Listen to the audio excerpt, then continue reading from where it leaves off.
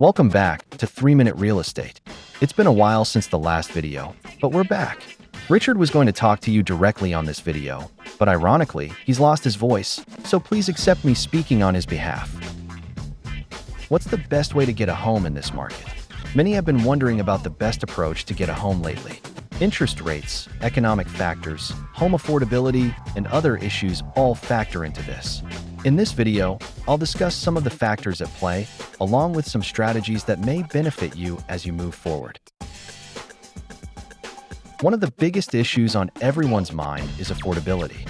Are homes harder to afford now than in the past? Let's look at some broad facts. Inflation. Over the last 10 years, from 2015 to 2025, inflation rose a total of about 38%. In other words, something that cost $100 in 2015 would cost $138 today. Wage growth. Over the same period, wages have grown a total of about 49%. In other words, someone earning $40,000 in 2015 would earn close to $60,000 for the same job today. On the other hand, the cost of housing has grown overall in the Kansas City area by about 120%, more than doubling. In other words, a home costing $200,000 in 2015 would cost on average around $440,000 today. The bottom line is that wages have grown faster than overall inflation, but have not kept pace with the rise in home prices. Put bluntly, homes are less affordable than 10 years ago. What has driven this? New home starts. When COVID hit, many builders went out of business. New home starts still lag behind demand. Previously low interest rates. After the housing meltdown in the early 2010s, interest rates eventually dropped. For homeowners that got those extremely low rates, they are hesitant to sell their present home to get a new one, since that means possibly doubling their interest rate on their mortgage. Tight supply. When supply is tight, each available home has more buyers interested, driving prices up. It's classic supply and demand. It can also cause existing homeowners who would otherwise be ready to sell to be hesitant, since a replacement may be hard to find. Looking ahead, there is some better news on the horizon. Interest rates are likely to slightly decline in the coming year. The decline may not be huge, but further interest hikes are unlikely. That may help more homes come on the market, and it may help affordability somewhat. Home prices have recently slowed their growth, and most forecasts expect this to continue. My own feeling is that Kansas City will likely grow faster than some other markets as demand remains strong. We've been one of the strongest markets in the nation for many years, and I expect that to continue. However, those price increases will likely be more reasonable than in years past. So what strategy would I recommend for your best advantage?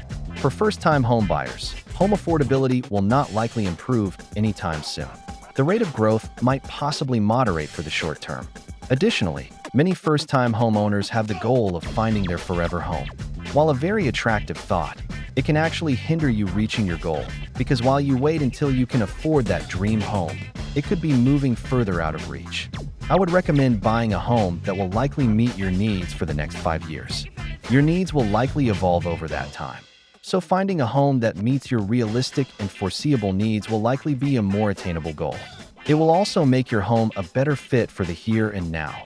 The other advantage of this strategy is that those increasing home values are now working to help you. Any increase in value adds to the equity you have in the home, which comes back to you at the point you sell. This is in addition to the equity you gain as you pay on your mortgage. For present homeowners, your strategy will need to be a little more nuanced. The best place to start is to define your needs and wants. Then decide whether your present home adequately meets them. Do you need more space? Do you have to relocate? What other priorities do you have? Look at your present mortgage interest rate and compare it to the current rates. Also note how you have been paying your present mortgage, because as you continue, more and more of your monthly house payment goes toward paying down the principal, and less goes to paying the interest. Then you might consider some out-of-the-box thinking. Consider renting your present home. There are advantages and disadvantages to this approach. The biggest disadvantage is that you don't get the equity out of your present home to pay toward your next home. On the other hand, there are several advantages. If housing values continue to outpace inflation, you will have two properties increasing your net worth. Because you have a low-cost mortgage on the home, it can be easier to realize income from the rental. Put another way, the cost of the mortgage could be less than the value of the income. You can get other financial benefits from renting, including tax breaks and more. I have a video series on my channel dedicated to the details of owning investment property for more detail.